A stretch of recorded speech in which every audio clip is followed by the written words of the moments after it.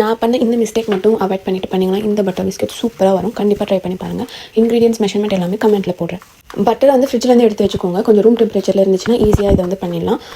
Butter, அதுக்கப்புறம் sugar வந்து நான் சுகரில் 2 ஏலக்காய் போட்டு மிக்சியில் கிரைண்ட் பண்ணி பவுடராக எடுத்திருக்கேன். ஸோ அந்த சுகரை போட்டு மிக்ஸ் பண்ணிவிட்டு கொஞ்சமாக வெனிலா எசன்ஸ், அதுக்கப்புறம் இந்த ஜல்லடையில் போட்டு மாவு, பேக்கிங் பவுடர், சால்ட் போட்டு நல்லா ஜல்லிச்சு எடுத்துக்கோங்க, க்ளம்ப்ஸ் இல்லாமல். அதுக்கப்புறம் இந்த மாதிரி ஸ்பூனில் வச்சு மிக்ஸ் பண்ணிவிட்டு அதுக்கப்புறம் கையில் நம்ம வந்து ஒரு சப்பாத்தி மாவு மாதிரி ரொம்ப சாஃப்ட்டாக இல்லாமல் ஆனால் ரொம்ப ஹார்டாகவும் இல்லாமல் பிசைஞ்சுக்கோங்க. கொஞ்சம் சாஃப்ட் ஆகிடுச்சு அப்படின்னா நீங்கள் வந்து ஃப்ரிட்ஜில் வச்சு ஒரு 15 மினிட்ஸ் கழிச்சு எடுத்திங்கன்னா கொஞ்சோண்டு ஹார்டாக இருக்கும். அதுக்குள்ளே நீங்கள் ப்ரீ ஹீட் பண்ணி வச்சுக்கோங்க. இந்த சிம்பிள் மேலேயும் கீழேயும் கூடி இருக்க மாதிரி இருக்க இந்த சிம்பிளில் வச்சு தான் பேக் பண்ணணும். அதுக்கப்புறம் இந்த மாதிரி மாவு எடுத்து தரட்டி குட்டி குட்டி ரவுண்ட் கட் பண்ணிவிட்டு அவனில் வச்சு ஒரு 25 மினிட்ஸ் கிட்ட வந்து பேக் பண்ண, இந்த லைட்டாக ப்ரௌன் மேலே ஆகிற வரைக்கும் பேக் பண்ண. நான் அவனோட செட்டிங்ஸ்க்கு ஏற்ற மாதிரி நீங்கள் வந்து டைமிங் சேஞ்ச் பண்ணிக்கோங்க. இப்போ நான் பண்ண மிஸ்டேக் என்னென்னா, நான் இந்த மாதிரி ரொம்ப க்ரௌடடாக வச்சுட்டேன், பக்கத்தில் வச்சதால எனக்கு வந்து அந்த கரெக்டான ஷேப்பில் வந்து பேக் ஆகலை. அதுக்கப்புறம் நான் ரொம்ப லைட்டாக தின்னாக வந்து தரட்டிட்டேன். நீங்கள் வந்து கொஞ்சம் திக்காக தரட்டிட்டு நிறைய ஸ்பேஸ் இருக்க மாதிரி வச்சு பேக் பண்ணிங்கன்னா சூப்பராக நம்ம கடையில் இருக்க மாதிரியே டேஸ்ட்டில் நல்ல அதே ஷேப்பில் சூப்பராக பட்டர் பிஸ்கெட் கிடைக்கும். கண்டிப்பாக ட்ரை பண்ணி பாருங்கள்.